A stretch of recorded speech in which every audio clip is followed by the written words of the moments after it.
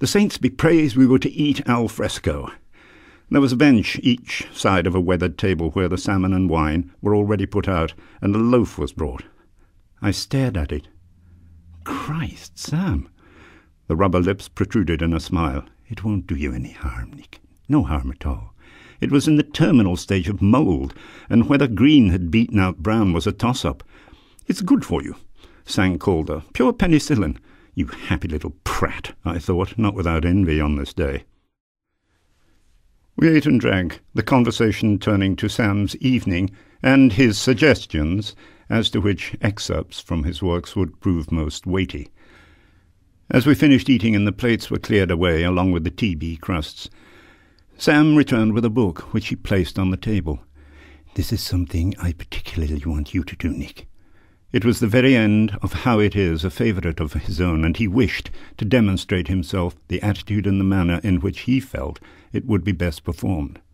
This is how it should be done, he said, and taking up the book, began to read at once, almost in a drone, a faithless, clicking incant, a cheated, contemptuous, tired accusation running through the chant, which made it fascinating, riveting, like its reader, a huge beaked and blue-eyed bird hawking at the words, spitting fit to kill them so they would not be, that the likelihood of what they were describing was not, but because it was, and there could be no erasures, the voice ran on, acknowledging the nothingness in the Middle Eden afternoon.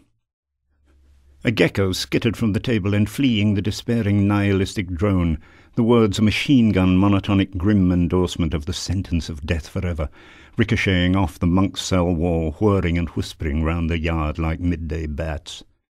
The voice was sharp, clear, dry, the delivery clipped, yet salivate, reminding me of Godot's Lucky.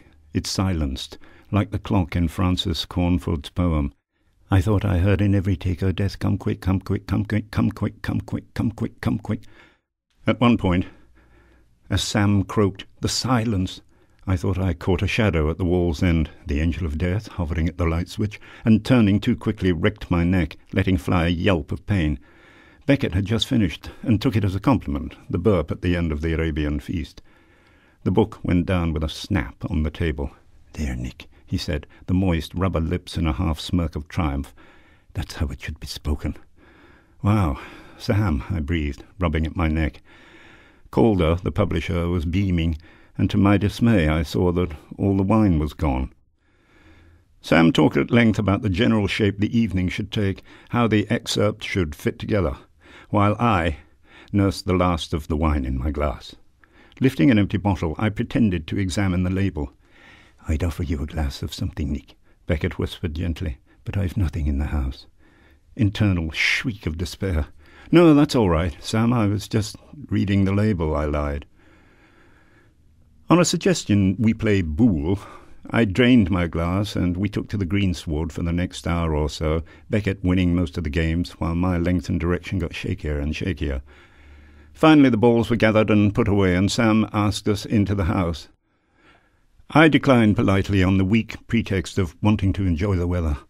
I knew my speech was running fast and staccato, bordering on the irritable, the sure sign that I needed all my nervous energy to direct against the panic that had grown apace during Beckett's reading and was now well on its way. I could not stay still, but must keep moving. Nothing could induce me to return to Kafka's corner. I retreated a little way and the door closed, leaving me alone in the outside.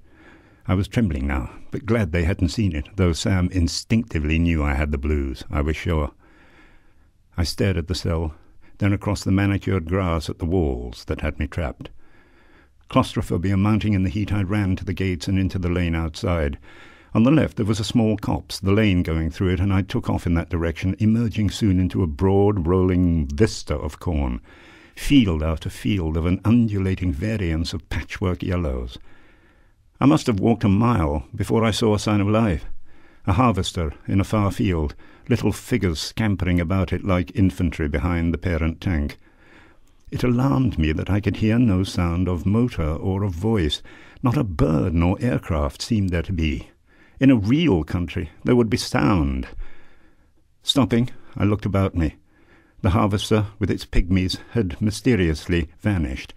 Maybe the house had disappeared. Maybe there had been no house, no Sam, no Boole, no anything. There was a red-hot flush explosion of pins and needles in my head and through my body.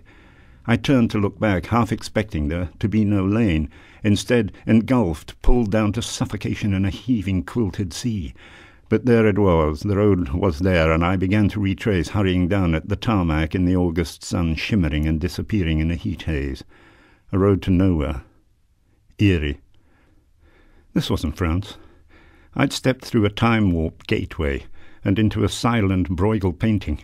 Any second now, and a gaggle of mad, mute villagers in red cloth skullcaps and bulging, muscular, tight-sheathed calves would appear at the crest of the shimmering ribbon ahead, and in a hand-clasped line make for me in a pied piper blind leading the blind dance macabre, the leader with eyes lacteal and opaque that would grow and grow as I stood in bound mortal terror, until, expanding, one irisless eye would be all there was, and with tongue cleft to palate I'd take the final, irrevocable step through the milky filament and enter the hellish living death nightmare world of Hieronymus Bosch.